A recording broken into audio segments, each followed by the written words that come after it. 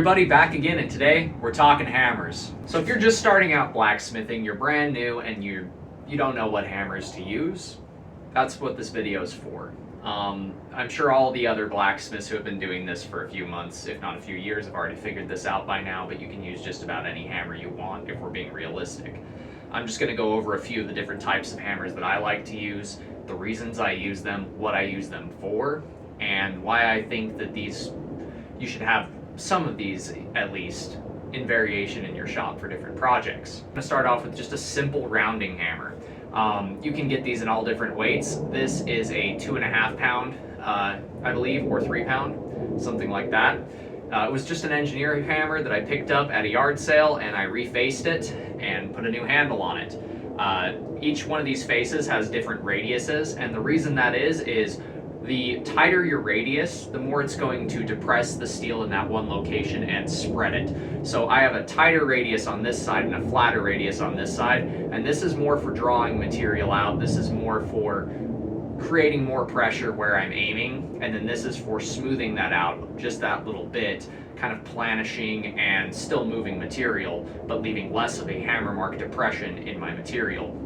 These are great all-around hammers. This is my favorite hammer in my entire shop. I use this more than any other hammer because it's just my general purpose metal moving tool. Next up, we've got ball peens. These come in all shapes and sizes, and I mean, I've got more than a few different sizes that I use around the shop. Now, ball peens are great, and that's because of the ball peen shape. The different radiuses of ball peens are going to give you different depressions, and you can round up this face so you have a nice flat face or rounding face. These are great for ornamental work. These are great for when you want to create a hammer wash design. If you've ever seen a piece of steel with lots of little circular depressions, most likely was done with a ball peen hammer, just tapping those depressions and those shapes in. The different radiuses are going to give you different depths, different widths of those depressions for different sizes of project. So ball peen hammers are great for little artistic touches. Another type of hammer I like for using for the same purpose, artistic reasons, is a rock hammer or a brick mason hammer, and that is because of the chipping tool. So when you're making things like horse manes, you've probably seen me use this before if you've watched the sword video that went up the last couple weeks. I use this for making the manes on horses. You can use this for making veins on leaves, the striations for feathers, all that kind of stuff. Any linear work that you need running crossways makes it very easy because you can just draw that tapping out, almost like a cross peen, but just much sharper. The square face on this I use almost like a flatter tool.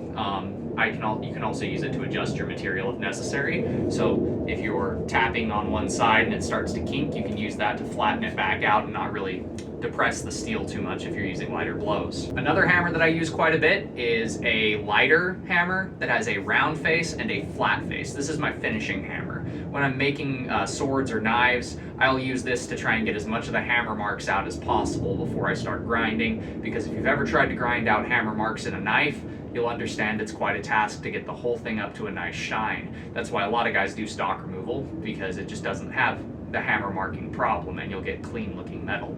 Any hand forged blade is gonna end up with some signs that it was hand forged, whether that be slight irregularities or hammer markings, unless the smith is really, really good at getting those out.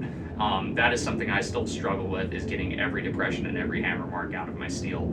I probably just need to brush it more, but this hammer helps a lot with that. And another type of hammer you're going to want in your shop is a crossbeam hammer. Same thing with the rounding side, general purpose, but the crossbeam is great for when you're stretching out material or you're trying to widen a specific area, because it's going to allow you to create more of a specific area dentation, and it's also going to stretch the metal opposite the taper. It's going to help to create more length in your material in whichever direction you're going. So if you're trying to make a knife and you're trying to broaden that blade out, this really helps with pulling out that material to add some length without drawing it in every direction like you would do striking with a rounding hammer. And if you've watched my channel for any length of time, you'll know how often I use this 4.5 pound crossbeam. It's a big boy, but it saves me a lot of time because it's hefty. Another type of hammer or mallet, if you prefer, is a rawhide mallet or a wood mallet. These are easy to make and easy to come by, and they are very useful. If you've ever put twists in your steel, like you've done a basket twist or any kind of twist, and you've noticed it kinks and you want to straighten it out, if you ever tried to do that over the anvil, you'll realize quite quickly that it's going to mash those corners on the steel where you've twisted it, and it's going to ruin your twist. So, simple solution is get a small wood stump and a rawhide mallet. The wood will deform and the rawhide will deform before your actual metal, but it'll still allow you to straighten out those twists. So that way you don't end up with deformations in your steel and you end up with a nice straight, pretty twist. I just picked this up on Amazon for 10 bucks, I think, and I've used it a bunch already, and I like this over using a stick. You can use a stick, but it will break. And that is about it for our discussion on hammers. I hope you guys learned something new. If you did, let me know in the comments down below. If there's some other form of discussion or some other topic that you want to hear more about from me, if there's any other type of tool discussion you would like, tongs, blacksmithing tools that I use, just general conveniences, different things like that, let me know in the comments and I will try to cover it to the best of my knowledge. And if I don't know much, I'll refer you guys to somebody who will. I highly recommend checking out guys like Black Bear Forge, like Alex Steele. We can go with so many names out there that have great tutorial videos on how to get into blacksmithing. I am not the best at teaching blacksmithing. I am not a blacksmithing teacher by any means. I just figured I'd share with you guys some of the tools I use around my blacksmith shop, so that way it'll save you guys some headaches. Until next time, God bless, stay sharp out there. And if you're looking for a custom knife, check out my Etsy store.